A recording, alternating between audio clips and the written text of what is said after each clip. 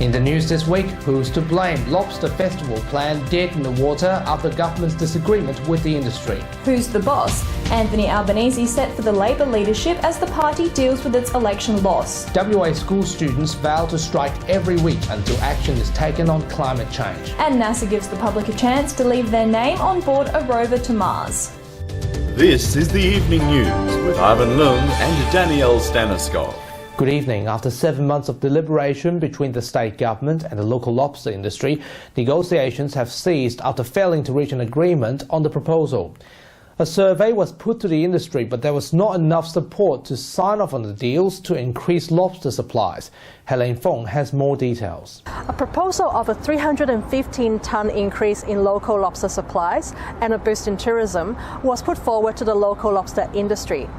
This week, however, the government has backed down on all offers, leaving the industry disappointed in the cancellation of a highly anticipated lobster festival, along with supply trial discussions. We want to increase the availability and accessibility of lobster onto the local market, but how we actually achieve that, there is still some disagreement.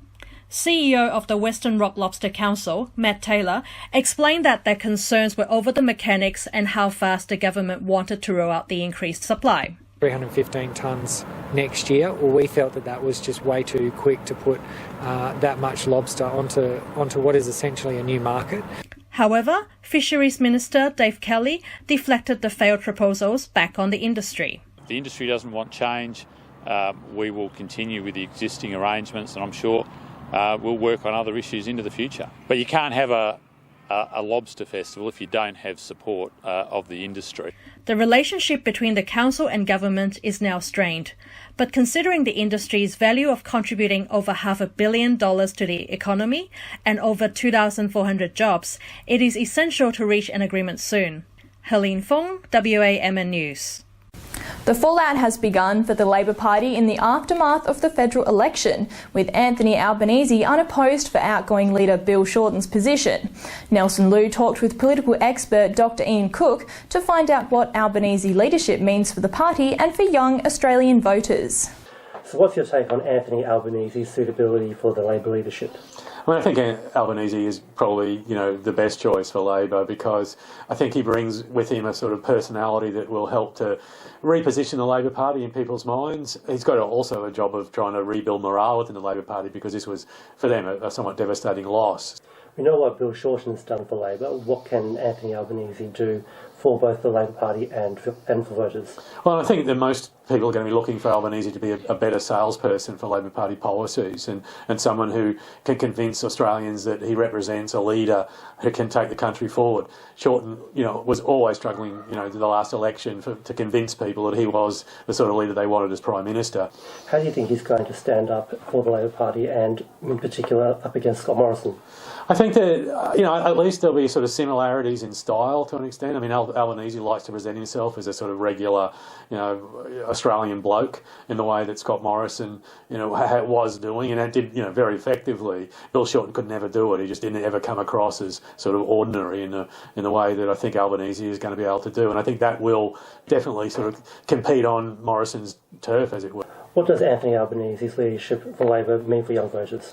Well, I mean, Albanese comes from the left faction in the party, and the left faction is one that's generally been more active around climate change, around issues of social equity. So the increase in minimum wage is certainly the sort of policy they're going to support. So in terms of, I think, some of the issues that young people are interested in, that Albanese comes from the right side of the Labor Party to speak to those interests and those values.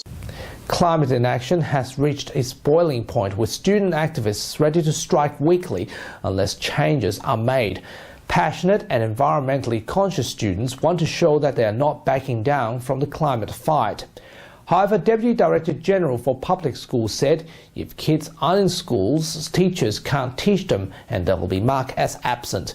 It's unclear if students will be penalised for ongoing strikes and if the government will seize future rallies. I think that it's definitely still going to keep momentum. I think today we saw quite a lot of people, because a lot of people were very annoyed and angry over the election. And I personally don't think that we need numbers every week to kind of keep up the thing. I think that we just need to have some people there every week, and I think that it's really important that that happens. Religious ministers will be required to report child sexual abuse under planned state government changes. The state government will amend the Children and Community Services Act, forcing ministers to report knowledge of abuse, with failure to comply resulting in a $6,000 fine. The government says it supports recommendations in the Royal Commission to Child Sexual Abuse, and it's taking the necessary steps to ensure children are safe. The community expects us to put in place laws that protect children in our community. This sends a message that if you have a reasonable suspicion of child abuse, you need to report it. We now have a system where a range of occupations there is mandatory reporting, and this extends the range of occupations to include religious clergy. Improved community safety is on the cards, with the electronic monitoring of offenders to be boosted. The state government will invest $52 million to expand monitoring of those on suspended prison terms, community-based orders or those on bail, with GPS devices and more officers. Authorities says it add up to WA's earlier measure to make WA communities safe. We're leasing the equipment, so the good thing about that is we can keep up to date with any advances in technology, which changes all the time. So I think the message here is public safety is paramount, and this is just another option that will be available. But if prison is the right option for that offender, then that's where the person will be. British Prime Minister Theresa May announced her resignation as leader as the Brexit debacle continues to drag on without a solution. During an emotional speech outside number 10 Downing Street, Mrs May says she has done everything she can to get the MPs to back the deal. She broke down in tears after she finished her statement. Julian Assange was given 17 new charges by the United States Justice Department, taking his total to 18. It is reported that Mr Assange will face extradition following a request by the US, but it's not known that the British government will proceed with the request. Mr Assange is serving an 11-month prison sentence for jumping bail. For those of you who fancy an intergalactic vacation but don't want to take the risk, NASA has an opportunity for you. Members of the public are given a chance to put their name on a chip on board of NASA's Mars 2020 rover, representing humans' first voyage to another planet. The rover's prime mission will be searching for evidence of past microorganism life and collect data of the planet's climate and geology before returning to Earth.